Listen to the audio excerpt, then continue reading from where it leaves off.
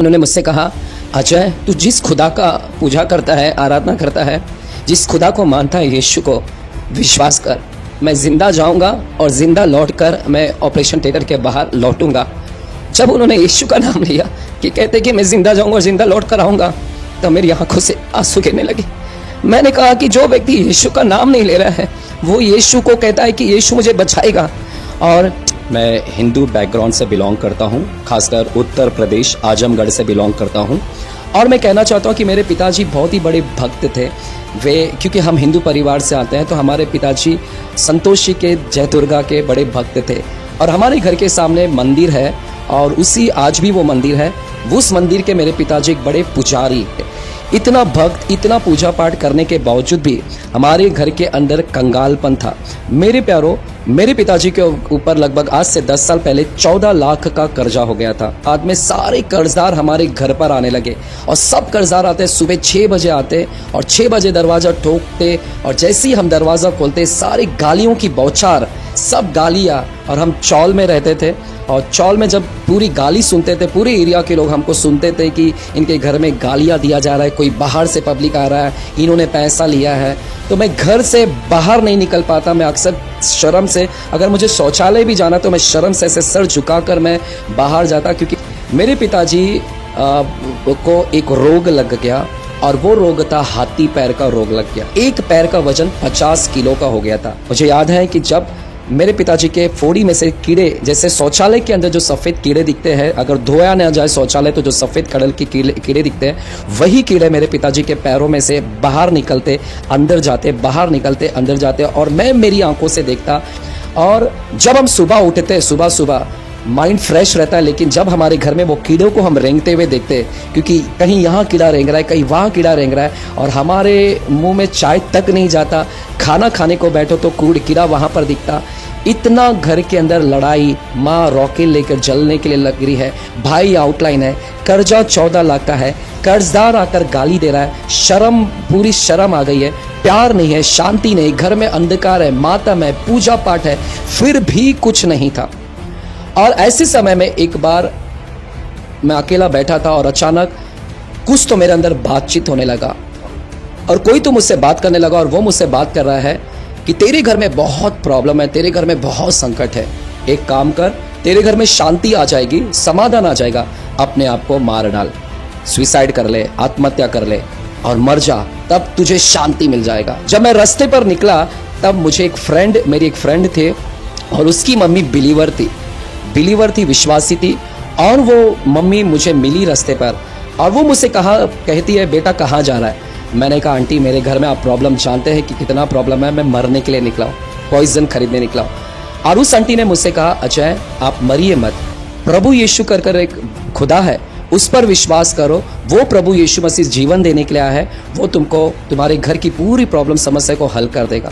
और जब वो महिला मुझसे बात कर रही थी, वो आंटी जी मुझसे बात कर रहे थे, मेरे अंदर एक ताकत आ रहा था, मेरे अंदर एक सामर्थ्य आ रहा था, मेरे अंदर एक जोश आ रहा था कि तुझे मरना नहीं है, जिंदा रहे और जिंदा रहे, आगे कदम मत बढ़ा। और जब वो मुझसे बात किया और मुझे ताकत मिला और ऑटोमेटिकली मेरा पैर जो मौत के लिए निकला था, ऑटोमेटिकली मेरा पैर घर के ओर बढ़ गया और मैं घर की ओर आया। मैं आपसे कहना चाहता, मैं निकला था मौत लेने के लिए, लेकिन जब मैं घर पर आया यीशु का नाम लेकर आया। मैं 5 साल हो गए मुझे यीशु मसीह में आकर। मैंने पिताजी से कहा, पिताजी 5 साल से बोल रहा हूँ यीशु मसीह में आओ, यीशु में आओ, तुम्हारे कीड़े निकल जाएंगे, बीमारी ठीक हो जाएंगे। 5 साल मेरे पिताजी ने इनकार किया और 5 साल के बाद जब उनकी कंडीशन इतनी ख़राब हो गई, डॉक्टर ने मेरी आंखों के सामने बोला कि तेरे पिताजी मर जाएंगे, बचेंगे नहीं, क्योंकि पूरी पॉइजन फैल गई है। और उस टाइम मैं और मेरे बड़े भाई ने पिताजी से कहा, पिताजी डॉक्टर ने जवाब दे दिया आप मर जाएंगे कर आपने 33 लोगों को स्वीकार किया है, एक को क्यों छोड़कर आप जा रहे हैं? एक को भी तो पकड़ लीजिए, ऐसा ना हो कि अंत में जाकर आपको पश्चाताप हो। मैंने कहा क्षमा मांगो, 5 साल से बोल रहा हूँ क्षमा मांगो और प्रभु देखो भला है, चंगा करेगा। और मुझे याद है पिताजी उसी दिन ऐसे ही पैर में घुटने पर आए और हम दोनों भाइयों ने मिलकर प्रार्थना किया और वे बचपन से जो भी उन्होंने पाप किया था वो उन्होंने स्वीकार किया मेरे पिताजी ने। और साइन हॉस्पिटल में उनको एडमिट कराया गया। साइन हॉस्पिटल में हिस्ट्री में पहला केस था। दूसरे टाइम में जब ऑपरेशन करने की पारी आई और जब वे ऑपरेशन थिएटर के बाहर में उनको लेटाया गया था, डॉक्टर ने मेरे से साइन कर ले लिया, जो कंसेंट लेटर होता है। डॉक्टर ने कहा तेरे पिताजी का चांसेस बहुत कम है, मरने का चांसेस है, और मैंने अकेला साइन कर दिया। मैंने कहा मैं प्रभु के भरोसे हूँ। और पिताजी जब लेटे हुए थे हॉस्पिटल के बाहर, ऑपरेशन थिएटर के बाहर, मैंने पिताजी से कहा पिताजी मैं आखिरी बार आपको ज़िंदा देख रहा हूँ, मुझे नहीं पता आप अंदर जाएंगे और ज़िंदा लौट कर आएंगे कि नहीं, पता नहीं मुझे। और मैं पिताजी से ऐसे रो के बोल रहा था। मेरे मामा जी मम्मी खड़ी थी, सब फुड़ कर रोने लगे कि आखिरी बार हम देख रहे शायद। और फिर जिस व्यक्ति को मैंने कहा 5 साल से बोल रहा था कि बिलीव करो, विश्वास करो, उस व्यक्ति ने 5 साल तक विश्वास नहीं किया। और अंत में ऑपरेशन थिएटर के बाहर लेटे थे, उन्होंने मुझसे एक शब्द बोला। उन्होंने मुझसे कहा अजय तू जिस खुदा का पूजा करता है, आराधना करता है, जिस खुदा को मानता है यीशु को विश्वास कर, मैं ज़िंदा जाऊंगा और ज़िंदा लौट कर मैं ऑपरेशन थिएटर के बाहर लौटूंगा। मैं भी विश्वास करता हूँ कि यीशु मुझे ज़िंदा लेकर जाएंगे और ज़िंदा लेकर आएंगे। जब उन्होंने यीशु का नाम लिया कि कहते कि मैं ज़िंदा जाऊंगा और ज़िंदा लौट कर आऊँगा, तब मेरी आंखों से आंसू गिरने लगे। मैंने कहा कि जो व्यक्ति यीशु का नाम नहीं ले रहा है वो यीशु को कहता है कि यीशु मुझे बचाएगा। और ठीक जैसा उन्होंने बोला ठीक वैसा ही हुआ। और ऑपरेशन थिएटर के बाहर उनको जब ऑपरेशन थिएटर में लेकर गया, और जब डॉक्टर लोग ने आया और डॉक्टर लोग ने कहा ऑपरेशन सक्सेसफुल हो गया है। रोशनी रोशनी तो बन के आया, रोशनी।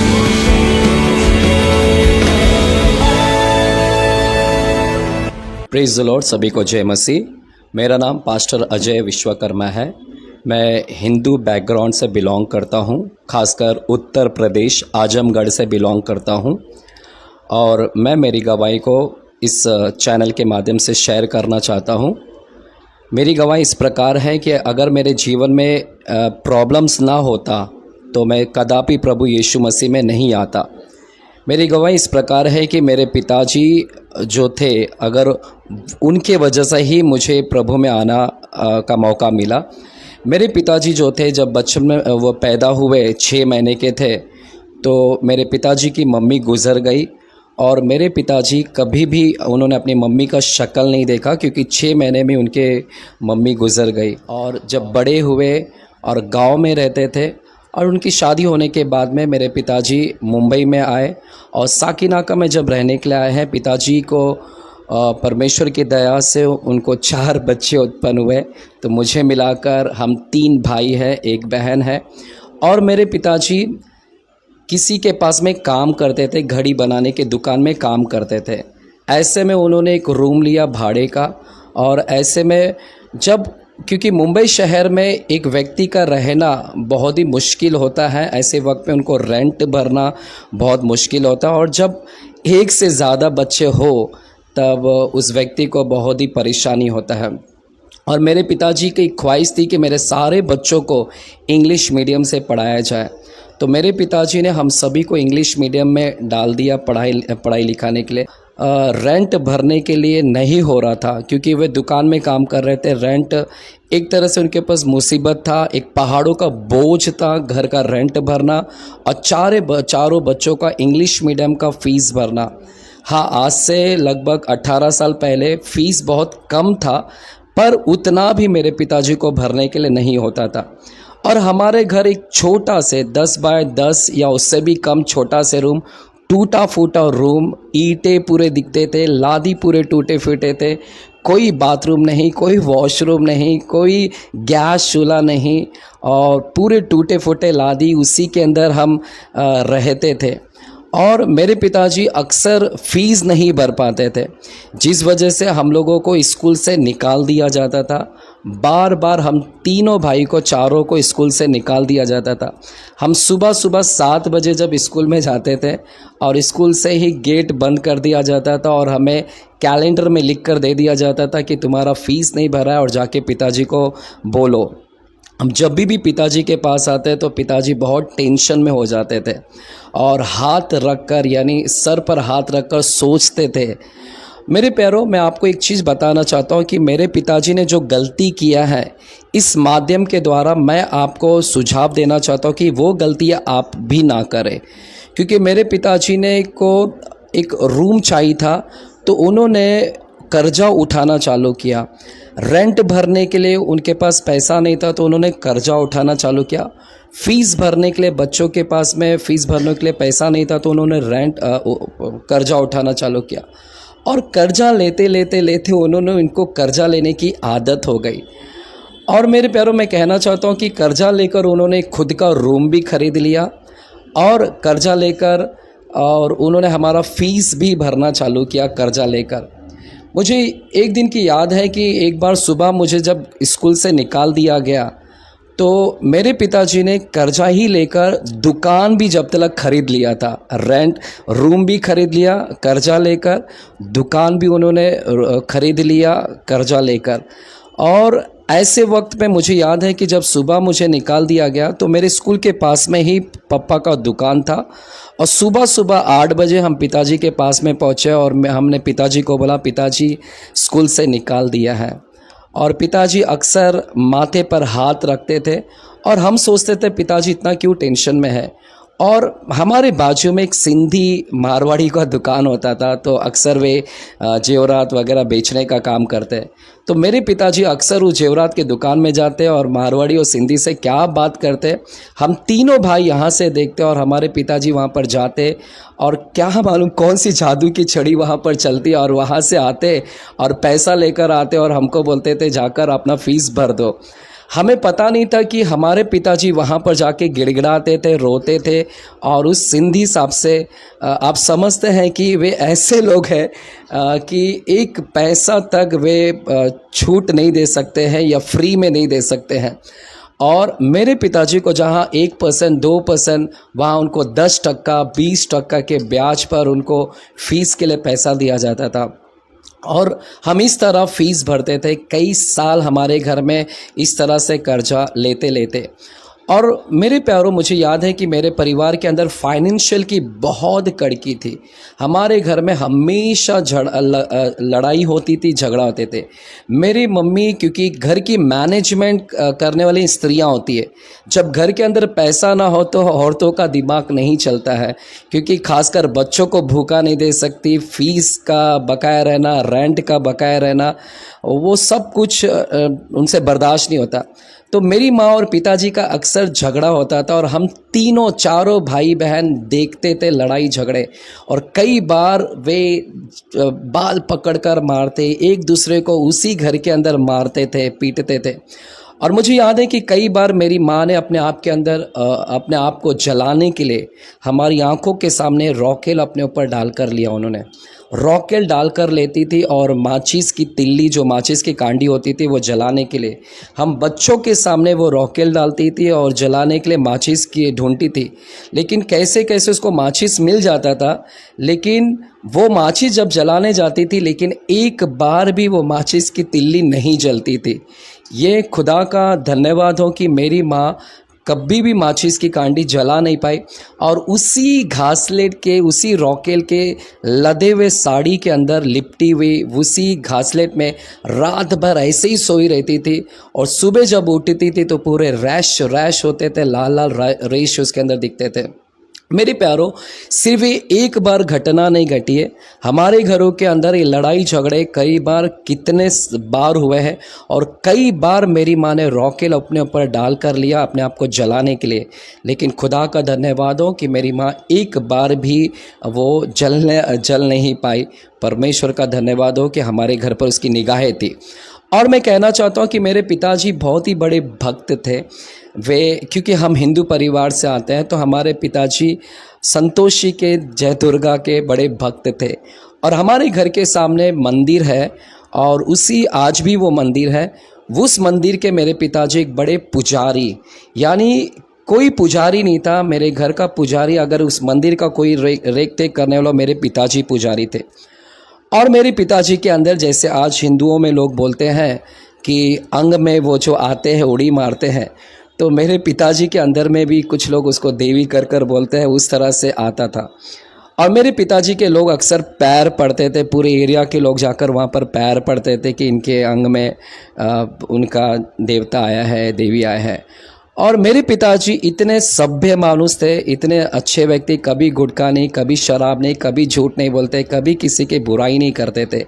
इतना भक्त, इतना पूजा पाठ करने के बावजूद भी हमारे घर के अंदर कंगालपन था, हमारे घर के अंदर कोई बरकत नहीं था। और मैं छोटा बच्चा, घर में एक छोटा लड़का मैं हूँ, मुझसे सभी बड़े हैं।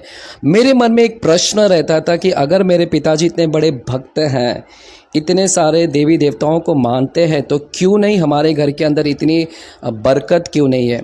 और मेरे घर में हमेशा बीमारी, मेरी माँ अक्सर डायबिटिक्स से पीड़ित रहती, मेरी माँ अक्सर ब्लड प्रेशर से पीड़ित रहती, मेरी माँ को गुटखा खाने की आदत हो गई थी।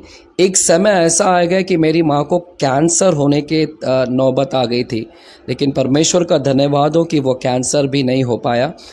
और मेरे घर के अंदर जब ये सब कुछ, मुझे याद है कि मेरे पिताजी अक्सर दिवाली के अंदर, क्योंकि दिवाली के अंदर सभी को नया कपड़ा पहनने का बहुत चाहत रहता है, क्योंकि हम हिंदू परिवार से बिलोंग करते थे, तो सभी को नया कपड़ा मिलता और हमारे घर के अंदर कोई नया कपड़ा नहीं, कोई फटाका नहीं। और मेरे पिताजी, हमारे घर के अंदर एक छोटा सा मंदिर होता, देवालय होता, और उस देवालय के अंदर मूर्ति रखा रहता था। और हर लक्ष्मी पूजन के समय में मेरे पिताजी घर में वो मंदिर से लेकर, वो घर के अंदर जो मंदिर है उस मंदिर से लेकर एक रास्ता निकालते थे, और बाहर, घर के बाहर चौखट तक रास्ता निकालते थे, और वो पूरा रास्ता हल्दी कुमकुम से भरते थे। और रात भर हमको धनतेरस के दिन में सोने नहीं देते थे, धनतेरस के दिन में। और मैं पापा से बोलता था, पापा क्यों नहीं हमको धनतेरस के दिन में सोने देते हैं। पापा बोलते हैं आज लक्ष्मी आएगी, धन आएगी घर के अंदर, तो आज दरवाज़ा खुला रखना है, क्योंकि आज घर में देवी आएगी, धन आएगा। तो मैं सोचता था कि हमारे घर में धन आएगा, धन आएगा, लेकिन मैं आपसे कहना चाहता हूँ प्रियो, हमारे घर में धन नहीं आया, हमारे घर में कर्जा आया, हमारे घर में कर्जा का बोझ आया, हमारे घर के अंदर कर्जा का पहाड़ आया, और उस पहाड़ ने इतना प्रॉब्लम लाया। और मेरे घर के अंदर मेरा बड़ा भाई इसी हालत परिस्थिति को देखकर वो आउटलाइन में चला गया, शराब पीने लगा, बुरी आदतों में गिर गया। मेरा भी लाइफ बुरी आदतों में था, मैं भी दोस्ती यारा में था। और ऐसे कर कर मेरे पिताजी ने मेरी बहन का भी शादी किया, लेकिन उसमें भी 4 लाख 5 लाख रुपया डालकर कर्जा लेकर सब कुछ कर्जा पर किया। मेरे प्यारों, मेरे पिताजी के ऊपर लगभग आज से 10 साल पहले 14 लाख का कर्जा हो गया था, 14 लाख का कर्जा हो गया था। ना हमें पढ़ाई करने का मौका मिला, मेरे भाइयों ने पढ़ाई छोड़ दिया, किसी ने 8वीं पढ़ाई कर कर छोड़ दिया, किसी ने 10वीं पढ़ाई कर कर छोड़ दिया। मेरे घर के अंदर मैं छोटा लड़का था, मेरे भाइयों ने गारमेंट लाइन में काम करना चालू किया। मेरे बड़े भाइयों का मैं तहे दिल से धन्यवाद देता हूँ कि उन्होंने मुझे पढ़ाया, उन्होंने मुझे लिखाया, और मुझे ग्रेजुएशन तक उन्होंने मुझे पहुंचाया। अगर वे गारमेंट लाइन में नहीं करते, क्योंकि मेरे पिताजी के अंदर कुछ पैसा नहीं था उनके पास, और एक समय ऐसा आया कि हमारे घर के अंदर मेरे मम्मी पापा को जब कर्जदार घर पर आने लगे, क्योंकि पिताजी को कर्जा इतना बड़ा हो गया कि जिस दुकान को उन्होंने खरीदा था उस दुकान को बेच डाला, और बेचने के बाद में सारे कर्जदार हमारे घर पर आने लगे। और सब कर्जदार आते, सुबह 6 बजे आते और 6 बजे दरवाज़ा ठोकते, और जैसे ही हम दरवाज़ा खोलते सारे गालियों की बौछार, सब गालियाँ। और हम चौल में रहते थे, और चौल में जब पूरी गाली सुनते थे, पूरे एरिया के लोग हमको सुनते थे कि इनके घर में गालियाँ दिया जा रहा है, कोई बाहर से पब्लिक आ रहा है, इन्होंने पैसा लिया है। तो मैं घर से बाहर नहीं निकल पाता, मैं अक्सर शर्म से, अगर मुझे शौचालय भी जाना तो मैं शर्म से ऐसे सर झुकाकर मैं बाहर जाता, क्योंकि मेरे घरों के अंदर गाली की बौछार दिया गया। और अक्सर एक बार नहीं, रोज गाली पड़ती, रोज गाली आते, रोज कर्जदार आते, क्योंकि मेरे पिताजी अब दुकान तो नहीं रह गया, घर में रहते थे। और इसी दरमियान मेरे पिताजी और एक आसाराम जी बापू के बड़े भक्त बन गए। किसी ने उनको आसाराम जी बापू का जगह दिखाया, क्योंकि वो पहले से पूजा पाठ में ज़्यादा इंटरेस्ट है और मुझे भी इंटरेस्ट था, क्योंकि मैं बचपन से ही धार्मिक लाइन में बहुत इंटरेस्ट रखता था और पूजा पाठ में मुझे भी, क्योंकि मुझे पता है हवन हमारे घर में नवरात्रि के दिन में हवन होता, पूजा पाठ होता, उसमें मैं भी बैठा, स्वाहा करता, हवन करता, सब कुछ मैं भी उसमें शामिल था। और बचपन से ही मुझे धर्म का और पूजा पाठ, चिन्ह चमत्कार का, प्रसाद को बांटना, ये सब में बहुत कुछ इंटरेस्ट था। और अक्सर प्रसाद के लेकर मुझे मंदिरों में झगड़े हो जाते, क्योंकि कुछ लोग प्रसाद ज़्यादा लेते, हमको कम देते, तो अक्सर ऐसे झगड़े भी होते थे। मेरे प्यारों, मैं अपना थोड़ी गवाही को थोड़ा शॉर्ट करना चाहूँगा और बताऊँगा कि मेरे घर में इतनी सारी प्रॉब्लम थी। कर्जा तो था, 14 लाख का कर्जा, भाई आउटलाइन था, शराब पीता, शराब जब घर पे पी के आता उल्टी कर देता, और लड़ाई होते, झगड़े होते, मारपीट होते, मम्मी बीमार रहती, घर में शांति नहीं, घर में प्यार नहीं, अंधकार था। और सबसे बड़ा दर्दनाक अब शुरू हो रहा है हमारे घर के अंदर। ये तो एक छोटा सा प्रॉब्लम था जो सबके घर में, मैं जानता हूँ कि सबके घर में ये प्रॉब्लम्स रहते हैं, लेकिन इससे बड़ा प्रॉब्लम एक और हमारे घर के अंदर हुआ। मेरे पिताजी को एक रोग लग गया और वो रोग था हाथी पैर का रोग लग गया। मेरे पिताजी को हाथी पैर का रोग लग गया, फैलेरिया करके उसको बोलते हैं। शुरुआत में छोटे से फीट पे से सूजन शुरू हुआ और वो सूजन इतना बढ़ता गया कि वो पूरा पैर इतना मोटा हो गया। आज अगर मैं इस वक्त, मेरी वज़न लगभग 52 या 53 किलो का मेरा वज़न होगा, लेकिन मेरे पिताजी का एक पैर का वज़न 50 किलो का हो गया था। एक पैर का वज़न 50। हमारे घर के अंदर इतनी पूजा पाठ होने के बावजूद भी 33 कोटि देवी देवताओं का कोई मदद नहीं आया और इतना प्रॉब्लम और इतनी सूजन बढ़ गई। जैसे बलून के अंदर, गुब्बारे के अंदर अगर पानी भर दो और गुब्बारा कैसे एकदम मुलायम हो जाता है, सॉफ्ट हो जाता है, फुग्गा कैसे सॉफ्ट हो जाता है पानी भरने के बाद, वैसे ही मेरे पिताजी के पैर में वो पानी जैसा पूरा भर गया था और लगभग 7-8 साल तक था। मैं अगर चाहूँगा कि फ़ोटो भी शेयर करूँ, अगर मैं इस माध्यम से, रोशनी प्रोडक्शन के माध्यम से मेरे पिताजी का फ़ोटो शेयर करने के लिए चाहूँगा तो शायद ये दिखाएंगे आपको। और उनका पैर जो सूजन चालू हुआ, और ऐसा सूजन नहीं, एक जगह इतना ऐसा मांस गिरा हुआ, उधर इतना मांस गिरा हुआ, उतना मांस गिरा, सब अलग अलग प्रकार से देखकर पूरा अलग अलग मांस पूरा एकदम गिरा हुआ। और इतना पूजा पाठ करने के बावजूद भी हर नवरात्रि के दिन में मेरे पिताजी को दर्द होता और बोकला इतनी गर्म होती थी कि उसके अंदर से मानो कि बटाटे के जो छिलके निकलते, वो छिलके निकलते थे। दर्द एकदम बाहर था।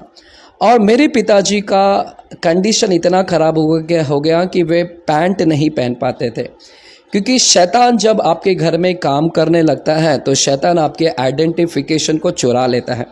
जिस व्यक्ति को घड़ी वाली करके नाम पुकारते थे, हर समाज के लोग घड़ी वाला व्यक्ति करकर नाम बुलाते थे। और इसी जरीमरी के अंदर, काजूपाड़ा के अंदर हमारा अच्छा दुकान था, लेकिन उस दुकान को बेचने के बाद घड़ी वाला का नाम से आज उनका नाम हाथी पैर वाला नाम हो गया। समाज के लोग, आस पड़ोस के लोग हाथी पैर वाला नाम से चिढ़ाने लगे। मेरे प्यारों, जब शैतान आपके जीवन में काम करता है तो आपके आइडेंटिटी को चुरा लेता है। मुझे पता है बाइबल के अंदर लहू बहने वाली स्त्री का, उसका भी एक नाम था, परंतु उसको भी लहू बहने वाली स्त्री कर कुबड़ी स्त्री के नाम से जाना गया था। उनकी आइडेंटिफिकेशन शैतान चुरा लेता है। मेरे पिताजी का पैंट चुरा लिया शैतान ने। पैंट नहीं पहन पाते थे, कोई टेलर नहीं सीता था, क्योंकि पूरी एरिया के अंदर ये पहला केस था। और ऐसे ही सूजन लेकर मेरे पिताजी रोड पर चलते थे, क्योंकि उनको अपने बच्चों को खिलाना है, क्योंकि हम अभी भी छोटे बच्चे थे, हमें अभी भी खिलाना है। तो यहाँ वहाँ जुगड़म तिगड़म कर वो यहाँ वहाँ जाते थे। जब वे रोड पर चलते और लुंगी पहनते थे, लुंगी पर आ गए थे, और कहीं पर भी जाना, रिक्शा में नहीं बैठ सकते, टैक्सी में नहीं बैठ सकते, अगर उनको लेकर जाना चाहिए तो टेम्पो में लेकर जाना पड़ता। और इस तरह से घरों के अंदर ये सब चीज़ था। और मुझे याद है कि जब मेरे पिताजी ऐसे रोड पर चलते थे, कई बच्चे लोग मेरे पिताजी के पैर को देखकर डरते थे, और इतना डरते थे कुछ औरतें अपना मुंह को पीछे कर लेती थी और कहती थी छी गंदा है, कितना गंदा है। और जब मैं मेरे पिताजी के पीछे चलता और मेरे पिताजी को कोई ऐसे देखकर अगर कोई मुंह कतरा लेता था तो मुझे उस समय रोना आता था कि मेरे पिताजी को लोग देखकर ऐसी पैर की अवस्था को देख के रहम दिखाने के बजाय लोग उसको मुंह फेर लेते थे, गंदगी। और इससे बड़ा दर्दनाक हादसा हुआ हमारे ऊपर। हमारी दर्द की रेखा बढ़ती गई। मेरे पिताजी को और बड़ा प्रॉब्लम हो गया। अब तक तो पानी भरा हुआ था, लेकिन एक समय ऐसा है कि पूरी मवाज आने लगे, पूरे पैरों के अंदर फोड़ियाँ आने लगा, फोड़ी। और जब फोड़ी आने लगा, लगभग 100 से ज़्यादा एक पैर के अंदर फोड़ी हो गए।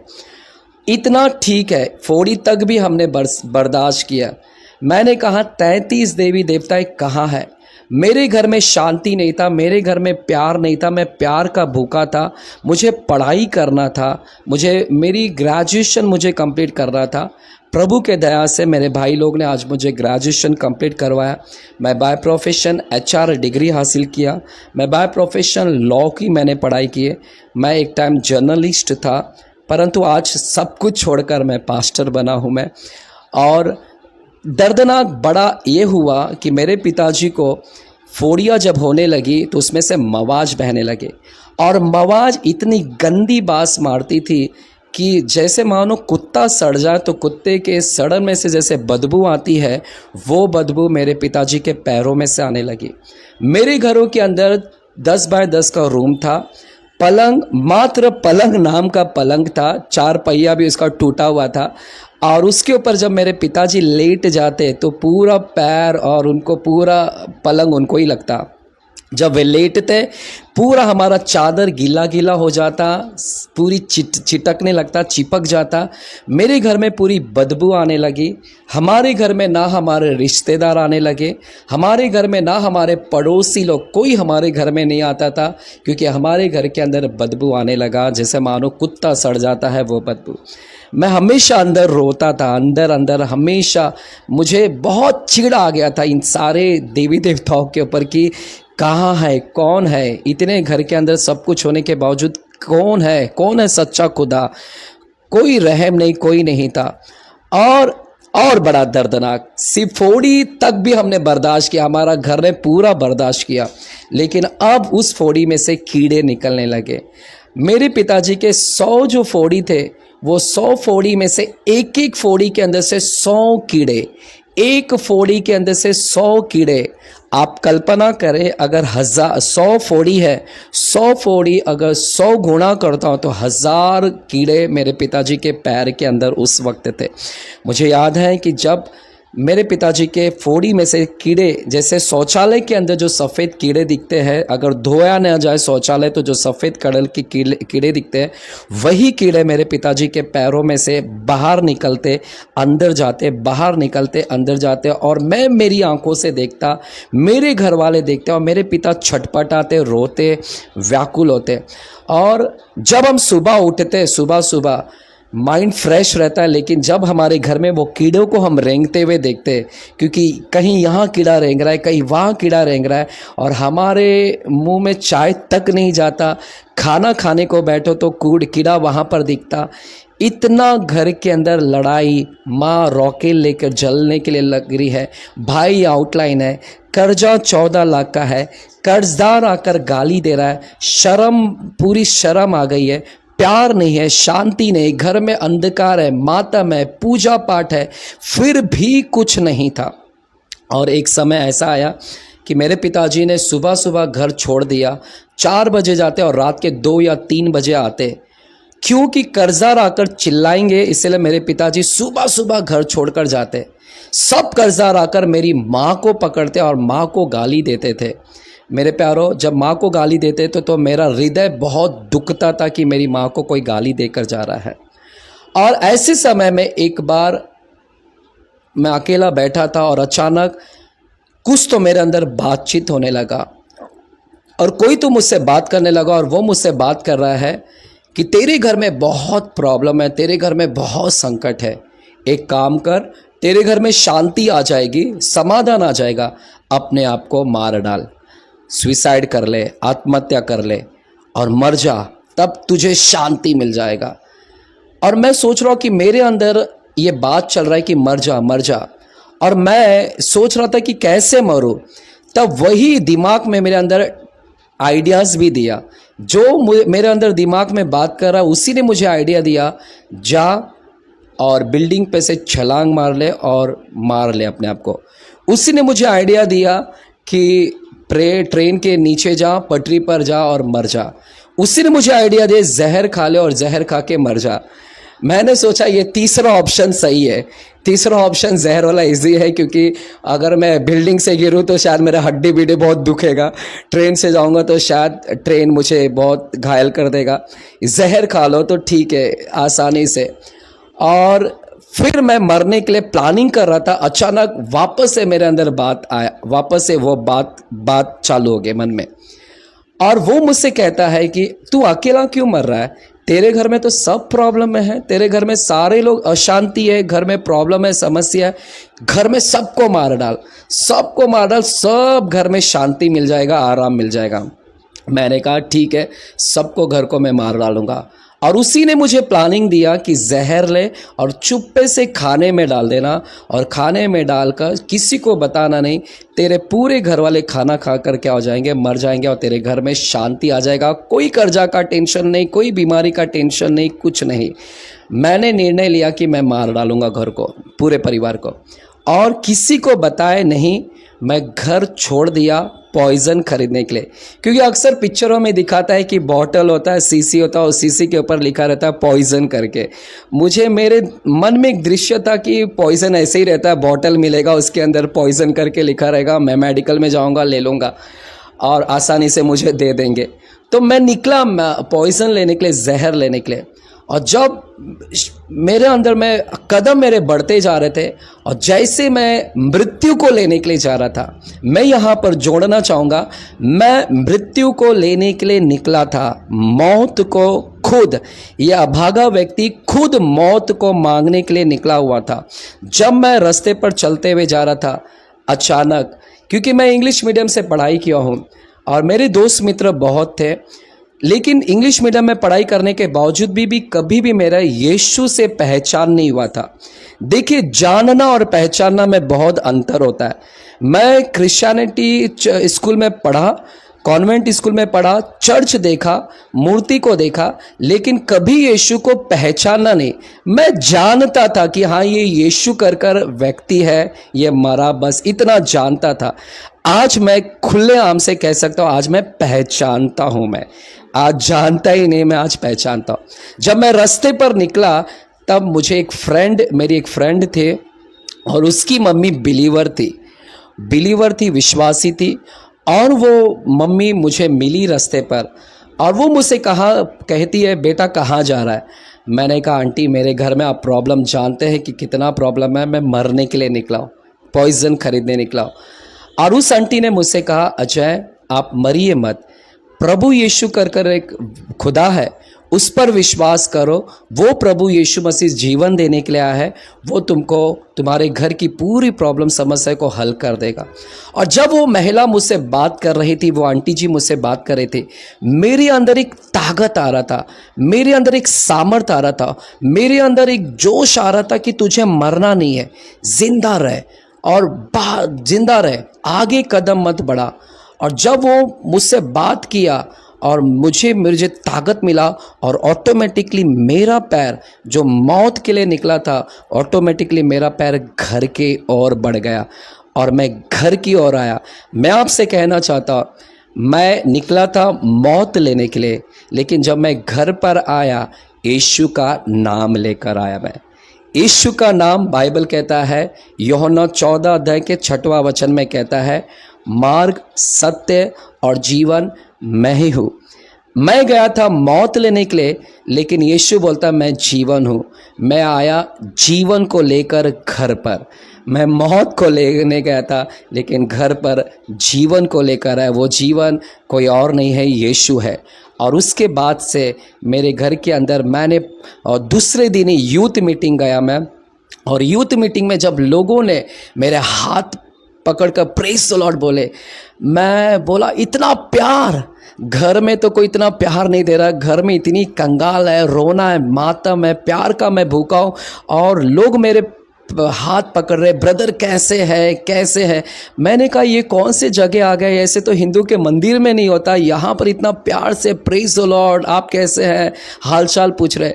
मैं फूट फूट कर उस दिन पहला सुसमाचार जब मैंने सुना, ऐसा लगा कि मेरे अंदर कोई बात कर रहा है, और मैं रोने लगा वहाँ पर। और उस दिन से मैंने निर्णय लिया कि आज के बाद मैं प्रभु यीशु को अपने जीवन को समर्पण करूँगा। और फिर मैं उसके बाद मेरे घर में मेरा उद्धार पहला हुआ, और घर में 10 बाय 10 के रूम में मैं आकर वहाँ पर अकेला घुटने पर आकर प्रार्थना करता। सब लोग विश्वास नहीं करते क्योंकि हिंदू परिवार से बिलोंग थे। मैं रो रो कर वहाँ पर प्रार्थना करता, और परमेश्वर ने मुझे एक अच्छा जॉब दिलाया कॉल सेंटर में, ICICI बैंक में, जहाँ पर मेरी तनख्वाह लगभग 60,000 के करीब सैलरी थी। और उस 60,000 के सैलरी में मैंने मेरा पापा का लोन भरना चालू किया, मेरे भाइयों ने लोन भरना चालू किया, और इस तरह से हमारा लोन, परमेश्वर ने हमारे घर का लोन को चुकता किया। मेरे प्यारों, आज मेरा भाई जो अनबिलीवर था और जो बुरा था, आउटलाइन में था, आज मेरा बड़ा भाई, उसका भी उद्धार हो गया है। आज वो भी उद्धार में है। आज वो शराब नहीं पीता है, बल्कि शराबी लोगों के लिए प्रार्थना करता है। वो एक पास्टर है आज। आमीन। मेरा बड़ा भाई पास्टर हो गया है। मेरी मम्मी का उद्धार हो गया। जो औरत कैंसर से मर रही थी और जो औरत बार बार जलाने को ले रही थी, मेरे घर में आत्महत्या की एक स्पिरिट काम कर रही थी, सुसाइड की आत्महत्या। और मेरी माँ जब पहली बार चर्च में आई, पहली बार प्रभु के दास SR मनोहर ने जब प्रार्थना किया उनके लिए, और जब उनको छुआ तो मेरी माँ वहाँ पर दुष्ट आत्मा से एकदम पूरी नाचने लगी। 250 लोगों के बीच में जब दुष्ट आत्मा से वो नाच रही थी, गाली दे रही है, और मैं तब समझ गया कि इन देवी देवताओं में उतनी ताकत नहीं है जितना यीशु के अंदर है। जिसने कभी मेरी माँ के अंदर ये दुष्ट आत्मा को पकड़ नहीं पाया, वो उस यीशु ने दिखा दिया कि तेरी माँ के अंदर दुष्ट आत्मा काम कर रही है, तेरे घर के अंदर दुष्ट आत्मा कर रही है। और मेरे भी जीवन में कहीं ना कहीं दुष्ट आत्मा जीवन में काम कर रहा था। मेरे प्यारों, आज मेरा घर, जो घर टूटा फूटा था, सब कुछ बिक गया था, आज मेरा उसी घर को परमेश्वर ने ट्रिपल रूम बना दिया, यानी ऊपर से लेके नीचे सारी सुविधाएं घर के अंदर। जो दुकान हमने बेच डाला था, आज हम बिजनेसमैन हैं, हमारा परिवार बिजनेसमैन है। हम कंप्यूटर के बिजनेस करते हैं, लैपटॉप वगैरह सेल करते हैं। लैमिंगटन मार्केट ग्रांट रोड में हमारी शॉप है, दुकान है। जो खोया हमने, सब कुछ दुगना में हमने क्या किया है, प्राप्त किया है। तो मेरे बड़े भाई आज विश्वासी हैं, मम्मी विश्वासी हैं, घर में सभी का उद्धार हुआ। और अंत में एक और बात कहना चाहता हूँ, मेरे पिताजी का बीमारी ठीक नहीं हुआ था। 5 साल हो गए मुझे यीशु मसीह में आकर। मैंने पिताजी से कहा, पिताजी 5 साल से बोल रहा हूँ यीशु मसीह में आओ, यीशु में आओ, तुम्हारे कीड़े निकल जाएंगे, बीमारी ठीक हो जाएंगे। 5 साल मेरे पिताजी ने इनकार किया, कहते रहे कि हम हिंदू हैं, वो क्रिश्चियनिटी, हम हिंदू हैं, हम नहीं छोड़ सकते, अपने समाज क्या बोलेंगे। और 5 साल के बाद जब उनकी कंडीशन इतनी ख़राब हो गई, डॉक्टर ने मेरी आंखों के सामने बोला कि तेरे पिताजी मर जाएंगे, बचेंगे नहीं, क्योंकि पूरी पॉइजन फैल गई है। और उस टाइम मैं और मेरे बड़े भाई ने पिताजी से कहा, पिताजी डॉक्टर ने जवाब दे दिया आप मर जाएंगे कर आपने 33 लोगों को स्वीकार किया है, एक को क्यों छोड़कर आप जा रहे हैं? एक को भी तो पकड़ लीजिए, ऐसा ना हो कि अंत में जाकर आपको पश्चाताप हो। मैंने कहा क्षमा मांगो, 5 साल से बोल रहा हूँ क्षमा मांगो, और प्रभु देखो भला है, चंगा करेगा। और मुझे याद है पिताजी उसी दिन ऐसे ही पैर में घुटने पर आए, और हम दोनों भाइयों ने मिलकर प्रार्थना किया, और वे बचपन से जो भी उन्होंने पाप किया था वो उन्होंने स्वीकार किया मेरे पिताजी ने। और क्योंकि ये सारे मैं क्यों बता रहा हूँ, क्योंकि अगर ये सारी चीज़ नहीं रहता तो मेरा कहीं ना कहीं उद्धार नहीं होता। तो कई और जब पिताजी से हमने प्रार्थना किया, साइन हॉस्पिटल में उनको एडमिट कराया गया। साइन हॉस्पिटल में हिस्ट्री में पहला केस था। साइन हॉस्पिटल में कभी ऐसा केस नहीं देखा गया, ये पहला केस, आज भी पहला केस में जाना जाता है मेरे पिताजी का। हम जब वहाँ पर हॉस्पिटल में लेकर गए, डॉक्टर्स लोग ने इनकार कर दिया, ऑपरेशन नहीं करेंगे। बाहर स्ट्रेचर्स पे, बाहर गेट के बाहर ऐसे ही लिटा दिए। पूरी 1000 की संख्या में लोग ऐसे पैर स्ट्रेचर पे देख रहे, सब लोग नाक बंद कर जा रहे, कीड़े गिर रहे। पूरी हॉस्पिटल के बाहर पब्लिक लोग ने झुंड लगा दिया। हमें इतनी शर्म आ रही थी अपने पिताजी को देखकर कि लोग इतनी शर्मिंदगी कर रहे। और फिर पिताजी को एडमिट किया गया, कैसे भी कर दवाई डाले और कीड़े निकलने लगे। हॉस्पिटल में भर्ती किया गया। वहाँ पर हम 1 महीना उनको साफ़ सफाई किया और 1 महीने के बाद उनका नंबर आया ऑपरेशन करने का। ऑपरेशन पहले टाइम में तो डॉक्टर ने मना कर दिया, लेकिन दूसरे टाइम में जब ऑपरेशन करने की पारी आई और जब वे ऑपरेशन थिएटर के बाहर में उनको लेटाया गया था, डॉक्टर ने मेरे से साइन कर ले लिया, जो कंसेंट लेटर होता है। डॉक्टर ने कहा तेरे पिताजी का चांसेस बहुत कम है, मरने का चांसेस है। और मैंने अकेला साइन कर दिया। मैंने कहा मैं प्रभु के भरोसे हूँ। और पिताजी जब लेटे हुए थे हॉस्पिटल के बाहर, ऑपरेशन थिएटर के बाहर, मैंने पिताजी से कहा पिताजी मैं आखिरी बार आपको ज़िंदा देख रहा हूँ, मुझे नहीं पता आप अंदर जाएंगे और ज़िंदा लौट कर आएंगे कि नहीं, पता नहीं मुझे। और मैं पिताजी से ऐसे रो के बोल रहा था। मेरे मामा जी मम्मी खड़ी थी, सब फूट कर रोने लगे कि आखिरी बार हम देख रहे शायद। और फिर जिस व्यक्ति को मैंने कहा 5 साल से बोल रहा था कि बिलीव करो, विश्वास करो, उस व्यक्ति ने 5 साल तक विश्वास नहीं किया। और अंत में ऑपरेशन थिएटर के बाहर लेटे थे वो, उन्होंने मुझसे एक शब्द बोला। उन्होंने मुझसे कहा अजय तू जिस खुदा का पूजा करता है, आराधना करता है, जिस खुदा को मानता है, यीशु को विश्वास कर। मैं ज़िंदा जाऊंगा और ज़िंदा लौटकर मैं ऑपरेशन थिएटर के बाहर लौटूंगा। मैं भी विश्वास करता हूं कि यीशु मुझे ज़िंदा लेकर जाएंगे और ज़िंदा लेकर आएंगे। जब उन्होंने यीशु का नाम लिया कि कहते कि मैं ज़िंदा जाऊंगा और ज़िंदा लौट कर आऊँगा, तब मेरी आँखों से आंसू गिरने लगे। मैंने कहा कि जो व्यक्ति यीशु का नाम नहीं ले रहा है, वो यीशु को कहता है कि यीशु मुझे बचाएगा। और ठीक जैसा उन्होंने बोला, ठीक वैसा ही हुआ। और ऑपरेशन थिएटर के बाहर उनको जब ऑपरेशन थिएटर में लेकर गया, जब डॉक्टर लोग ने आया और डॉक्टर लोग ने कहा ऑपरेशन सक्सेसफुल हो गया है और तुम्हारे पिता जिंदा है। उनके पैर को काट डाला गया है, उनके पैर इतना यहाँ से काट दिया गया है क्योंकि ऑप्शन नहीं है काटने का। और जब काट दिया गया और उसके बाद से मेरे पिताजी ने जो अपना जीवन को समर्पण कर दिया, जो व्यक्ति मरने वाला था उसके बाद 10 साल उन्होंने ज़िंदा रहा इस धरती के ऊपर और यीशु को जीवन दे दिया। सब कुछ जो घर में था सब कुछ खुद से निकाल फेंका, हमको बोलने की ज़रूरत नहीं पड़ी और यीशु को जीवन को समर्पण कर दिया। और कई किताबें मेरे पिताजी ने लिखे क्योंकि प्रभु ने उनको अच्छा वरदान दिया। लगभग इतने से किताब उन्होंने लिखा और मैं हमेशा देखता था पिताजी यीशु के ऊपर कुछ तो लिख रहे हैं, यीशु के ऊपर लिख रहे। लेकिन मेरी एक मन में चाहत थी कि मैं किताब को अंत में पढ़ूंगा जब मेरे पिताजी नहीं रहेंगे। और आज 4-5 साल हो गए हैं मेरे पिताजी को प्रभु में सोए हुए। वो व्यक्ति जो कई साल पहले मरने वाला था, प्रभु ने उसका उद्धार करा के 10 साल उसको ज़िंदा रखा और पूरा यूज़ कर लिया सेवकाई, और दुष्ट आत्मा निकालने लगा उसके हाथों के द्वारा।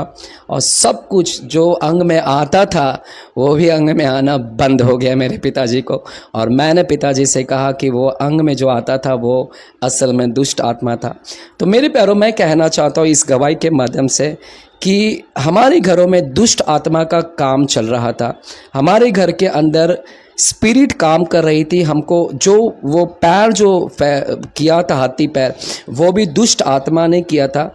दुष्ट आत्मा ने बीमारी लाया, कैंसर लाया, दुष्ट आत्मा ने मेरे भाई को बुरी आउटलाइन में लाया, दुष्ट आत्मा ने मुझे आत्महत्या के कगार पर लेकर आया, और सब कुछ यीशु ने एक झटके में सब कुछ बदल कर आज उस घर को आशीषित किया, और आज मैं एज ए पास्टर के रूप में सेवकाई कर रहा हूँ। मेरे प्यारों, जो मैंने गवाही शेयर किया है, इस गवाही में मैंने अपने किस प्रकार से मैं प्रभु में आया उस वाक्य को मैंने बताया अब तक। लेकिन मेरी भी लाइफ में बहुत सारी बुराइयां थी, मैं भी आउटलाइन में था, बहुत सारे गंदी आदतों में लिपटा हुआ था, और प्रभु में आने के बावजूद भी वो गंदी आदतें से मैं बाहर नहीं निकला। यानी थोड़ा हद तक निकला, लेकिन 5% निकला, लेकिन 90% तक मैं अभी भी उसमें ही था, उसमें ही सेवकाई कर रहा था, उसमें ही सेवकाई कर रहा था। सीरियसनेस नहीं था, गंभीर नहीं था प्रभु को लेकर, और इसी में सेवकाई करते हुए मैं वापस से बैकस्लाइड भी हुआ। मैंने एक समय ऐसा है कि मेरी दोस्ती यारी फिर से बढ़ गई मेरी। एक तरफ तो मैं सेवकाई कर रहा हूँ, एक तरफ तो मैं दूसरा लाइफ भी जी रहा था, तो गुनगुना लाइफ जी रहा था मैं। और शैतान ने मुझे 4 बार मारने के प्रयास किए। 26 जुलाई जब मुंबई में बाढ़ आए थे, इसी 26 जुलाई के अंदर अंधेरी साकिना का जो जरीमरी पड़ता है, उसी से लगभग पास में ही मैं डूब चुका था पानी के अंदर, क्योंकि पानी की लहर इतनी बढ़ गई थी कि मैं डूब गया, और मेरे आगे और पीछे कोई नहीं था बचाने के लिए। मैंने कहा, परमेश्वर वहाँ पर तो तूने बचाया, लेकिन अब शायद मैं मर जाऊँगा। और जब मैंने प्रार्थना किया, पता नहीं अचानक जो व्यक्ति आगे नहीं पीछे नहीं, और आगे समुंदर पीछे समुंदर, बीच में मैं डूबा हुआ, एक व्यक्ति आया और मुझे उठाया और मुझे कहा, मैं तुझे पहुंचाता हूं तेरे घर तक। और वो व्यक्ति को मैंने ज़िंदगी में कभी नहीं देखा था, और मुझे लगता है कि वो स्वर्गदूत था, जिसे परमेश्वर ने भेजकर मुझे मरने नहीं दिया।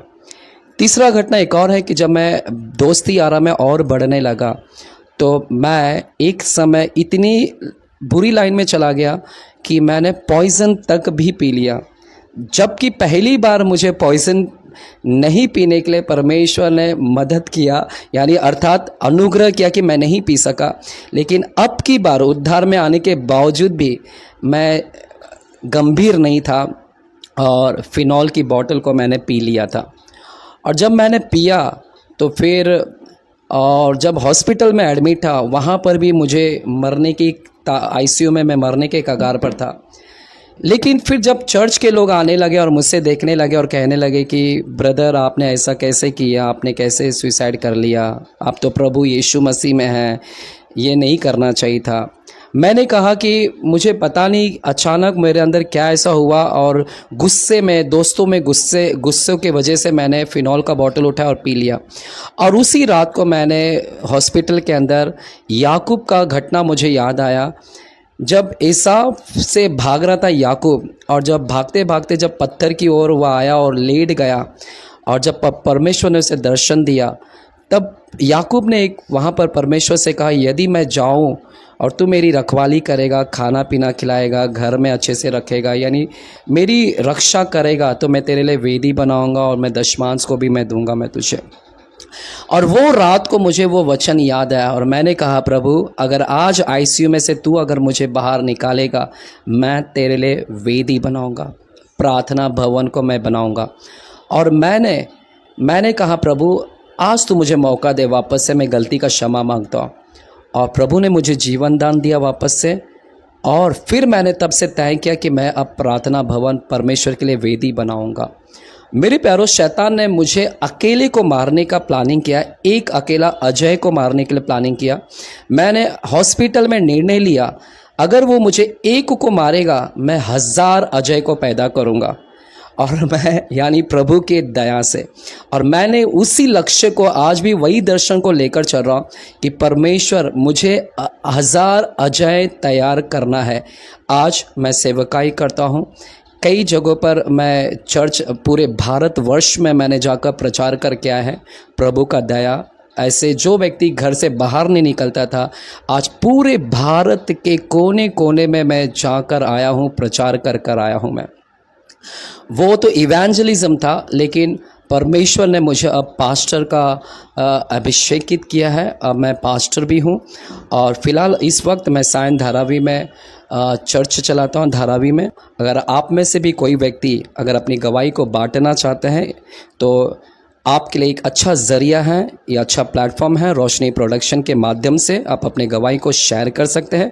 दुनिया के कोने तक, पृथ्वी के छोर तक आप अपने गवाही को भेजकर ऐसे जो लोग जो झूठे सिद्धांतों में फंसे हुए हैं, फाइनेंशियल गरीबी में फंसे हुए हैं, जिस प्रकार प्रभु ने मुझे फाइनेंशियल गरीबी से बाहर निकाला, झूठे सिद्धांत से बाहर निकाला, और अपनी गवाही को शेयर कर कर यीशु की पहचान दिलाइएगा ताकि वे पहचाना जाए और यीशु को उद्धारकर्ता के रूप में स्वीकार करें।